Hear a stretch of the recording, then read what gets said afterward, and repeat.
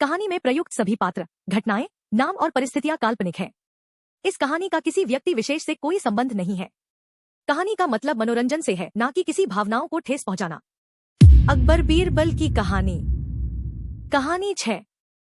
ऊंट की गर्दन। बादशाह अकबर और बीरबल की दोस्ती पूरे राज्य में मशहूर थी।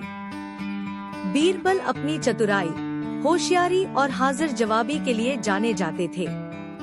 अकबर भी उनके जवाबों और तर्कों से बहुत खुश रहते थे। यही वजह थी कि बीरबल बादशाह अकबर के 9 रत्नों में से एक थे। एक दिन दरबार में किसी मुद्दे पर बीरबल ने अपनी चतुराई भरी राय दी, जिससे अकबर बहुत खुश हो गए। खुश होकर उन्होंने बीरबल को एक बड़ा इनाम देने का ऐलान कर दिया। दरबार में बैठे सभी मंत्री और दरबारी यह सुनकर तालियां बजाने लगे और हौसला अफजाई करने लगे। बीरबल भी बहुत खुश हुए कि बादशाह ने उनके ज्ञान और बुद्धिमत्ता की कद्र की। लेकिन वक्त बीतता गया और कई हफ्ते गुजरने के बाद भी बीरबल को इनाम नहीं मिला।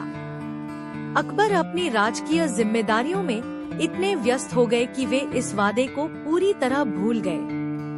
अब बीरबल को यह समझ में नहीं आ रहा था कि वे बादशाह को उनका वादा कैसे याद दिलाएं, क्योंकि वे सीधे सीधे तो मांग नहीं सकते थे।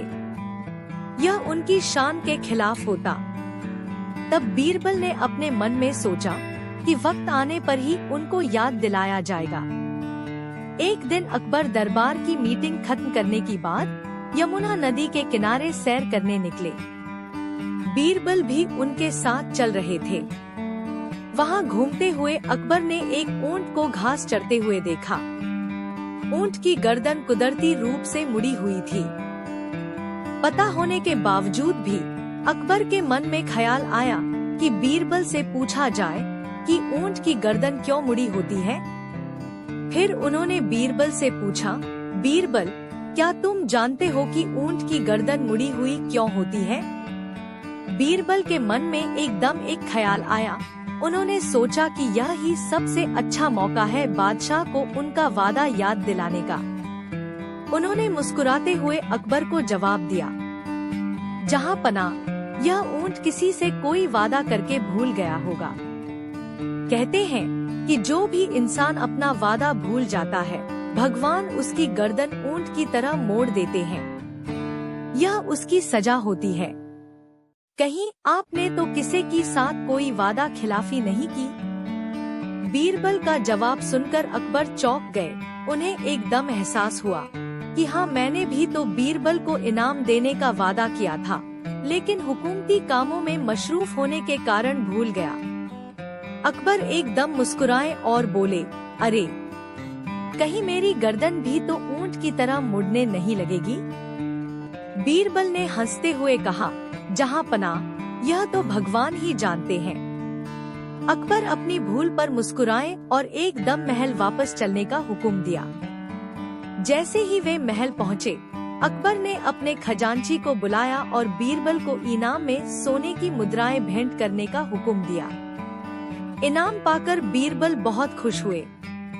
अकबर ने हंसते हुए कहा, लो बीरबल, अब मेरी गर्दन ऊंट की तरह नहीं मुड़ेगी।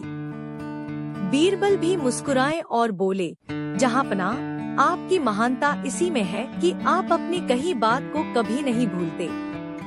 इस तरह से बीरबल ने अपनी होशियारी और हाजिर जवाबी से बिना सीधे मांगे ही अपना इनाम हासिल कर लिया। इस कहानी से हमें यह सीख मिलती है कि अगर किसी से कुछ मांगना हो तो सीधे मांगने के बजाय होशियारी से उसे याद दिलाया जाए, तो बात और भी प्रभावी होती है। साथ ही यह सीख भी मिलती है कि किए गए वादों को हमेशा निभाना चाहिए, वरना लोगों का यकीन कम हो जाता है। ये कहानी आपको कैसी लगी कमेंट बॉक्स में जरूर बताएं और नई कहानियों के लिए चैनल को सब्सक्राइब करें। Thanks for watching the videos. Please like and subscribe for more videos.